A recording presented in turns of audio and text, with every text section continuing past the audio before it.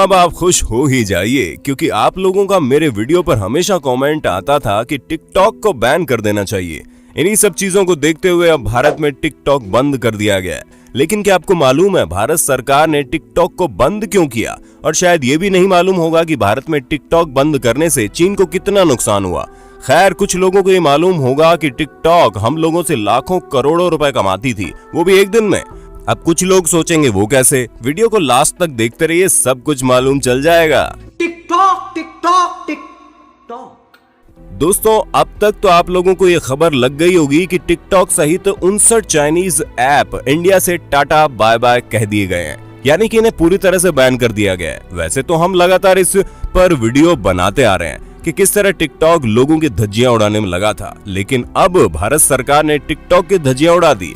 इसलिए हमने सोचा क्यों ना एक अंतिम बार टिकटॉक को विदाई दी जाए और उसके बारे में कुछ ऐसे शब्द बोले जाएं कि आप अगर टिकटॉक पर वीडियो बनाते हो तो थोड़ा बहुत गम भी होगा तो वो भी निकल जाएगा। इसलिए दोस्तों, मैं यानी आपका दोस्त विशाल प्रजापति आपसे कुछ ऐसी बातें करने वाला हूँ जो आपको अंदर से हिलाकर रख देंगी। चलिए, आपका ज्यादा समय न लेते हुए वीडियो शुरू करते हैं। लेकिन हाँ, वीडियो शुरू करने से पहले एक छोटी सी रिक्वेस्ट है।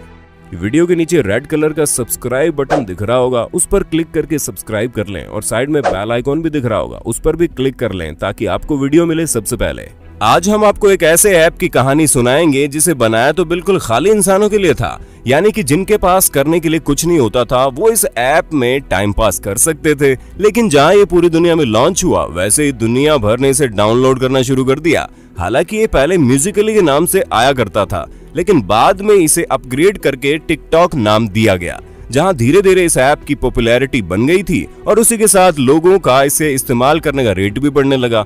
जहां धीरे धीरे म्यूजिकल का नाम टिकटॉक हुआ और इसकी नैया पार हो गई। अब पता नहीं इसके मेकर्स ने कौन से ज्योतिषी से ये नाम म्यूजिकली का नाम टिकटॉक में बदलवाया था कि जब से ये नाम पड़ा है तब से टिकटॉक दिन प्रतिदिन तरक्की करने लगा। हालांकि टिकटॉक ने आगे सफर किया और इसमें कुछ ऐसे लोग जुड़े जो अगर टिकटॉक ना होता तो घर पर अपनी मम्मी दादी से सब्जी लाने और काम करने के लिए गालियां ही खा रहे होते हैं।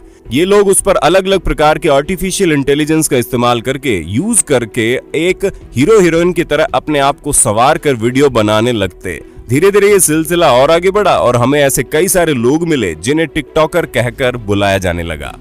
पर हद तो तब हो गई जनाब जब लोग यहाँ पर किसी भी धर्म जाति का विरोध करने पर उतर आए। उसके साथ ही इस ऐप में वल्गैरिटी भी कूट कूट कर भर गई, जिसकी वजह से अभी कुछ ही समय पहले इस ऐप को बैन किया गया था, लेकिन कुछ दिनों बाद वापस से इसे रिलीज कर दिया गया। और जब से ये बैन होकर मार्केट में आया है तब से इसने और ज्यादा ग्रो किया है, जिसका नतीजा हम टिकटॉक पर मौजूद लोगों की फैन फॉलोइंग में देख सकते हैं। चलिए, ये तो हो गई अच्छी अच्छी बातें। अब जरा पर्दे के पीछे का हाल भी आपको बता दें, क्योंकि जहां लोग इस पर वीडियो बनाकर पॉपुलैरिटी हासिल कर रहे थे, हमने टिकटॉक की शुरुआत से लेकर अंत की कहानी आपको सुना दी। लेकिन अब बात यहाँ पर यह आती है कि भारत सरकार ने टिकटॉक को बैन क्यों किया। तो सबसे पहले हम आपको बता दें, सिर्फ टिकटॉक ही बैन नहीं है बल्कि 59 चाइनीज ऐप, जिसकी सबसे पहली वजह तो ये है कि चाइना में किसी भी देश के कोई ऐप नहीं चलाए जाते, लेकिन चाइनीज लोग चोरी चुपके वीपीएन का इस्तेमाल करके भारतीय ऐप इस्तेमाल करते हैं। चाइनीज सिवाय अपने ऐप के किसी भी दूसरे ऐप को छूते तक नहीं है और ना ही वहाँ के लोग ऐसा करते हैं, क्योंकि चाइना बहुत अच्छे से जानता है कि किस तरह मोबाइल ऐप के जरिए पूरा डेटा चोरी हो जाता है। और जानेंगे भी क्यों नहीं, असली माफिया तो यही है ना।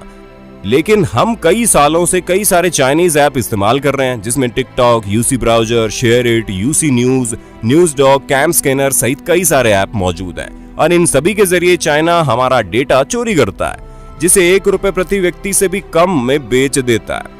और अगर आपने हमारी लास्ट वीडियो डार्क वेब के बारे में देखा होगा तो आपको ये पता चला होगा कि किस तरह हमारा डेटा चोरी होता है और डार्क वेब पर बिकता है। डेटा तो हम एक बार फिर भी नजरअंदाज करते हैं, लेकिन सबसे बड़ी दिक्कत यह है कि चाइना लगातार बॉर्डर पर वार किए जा रहा है। ऐसे में चाइना के लोगों को ये बहुत अच्छे से पता है कि हम जितने भी नॉर्मल इंसान हैं, उन्होंने किसी न किसी चाइनीज ऐप को तो इंस्टॉल किया ही होगा और उसी ऐप के जरिए चाइना आपके पूरे सर्विस हाउस को ट्रेस कर सकता है। इन सभी चीजों के साथ साथ बॉर्डर पर हो रहे विवादों को देखते हुए भारत सरकार ने चाइना को बहुत बड़ा झटका देने की सोची, क्योंकि टिकटॉक नामक ऐप सबसे ज्यादा भारत में इस्तेमाल होती है। इसलिए भारत से चाइना को काफी ज्यादा मुनाफा होता है। लेकिन अब वो मुनाफा नहीं हो पाएगा, क्योंकि भारत में पूरी तरह से टिकटॉक बैन कर दिया जाएगा और कभी ना कभी हम इसके ऊपर ये वीडियो बना पाएंगे कि किस तरह वो हमारा डेटा चोरी करता है और लोगों का अटेंशन स्पेन के साथ साथ उनके सोचने की शक्ति भी धीरे धीरे खत्म कर देता है। बल्कि और इस चीज के बारे में हम आपको पहले ही बता चुके हैं। ऐसे में जब कोई चीज जहर बनकर गले तक आ जाए तो उसे गले से बाहर निकाल फेंक देने में सबकी की भलाई है। और चाइना तो आस्तीन का सांप है, कब हमला कर दे किसी को नहीं पता। लेकिन हाँ, ये बात तो तय है कि शेयरइट से लेकर टिकटॉक तक जितने भी चाइनीज ऐप थे उसको बैन होने से टिकटॉक चलाने वाले लोगों को काफी झटका लगा है। लेकिन ये झटका ज्यादा समय का नहीं है, क्योंकि हमें पूरा विश्वास है कि हमारे देश में रहने वाले एक एक नागरिक के मन में कहीं ना कहीं तो देशभक्ति छुपी हुई है और उसी देशभक्ति के खातिर ही सही हमें सरकार के इस फैसले का समर्थन करना चाहिए और टिकटॉक सहित कई सारे ऐप को टाटा बाय बाय कहकर कुछ नया करने की कोशिश करनी चाहिए। क्योंकि जहां टैलेंट है वहां पर टिकटॉक जैसे प्लेटफॉर्म की क्या जरूरत। बाकी आपका टिकटॉक और फेवरेट चाइनीज ऐप के बैन हो जाने के बारे में क्या ख्याल है, हमें कमेंट करके बताना। और ऐसे इंटरेस्टिंग वीडियो लगातार देखने के लिए हमारे चैनल को लाइक शेयर सब्सक्राइब करना ना भूलें। हाँ, हम फिर मिलते हैं नई वीडियो के साथ, तब तक जय हिंद जय भारत। दोस्तों, आपकी स्क्रीन पे 2 और वीडियोस दिख रही हैं, जिसे देखने के लिए आप इस स्क्रीन पर क्लिक करें।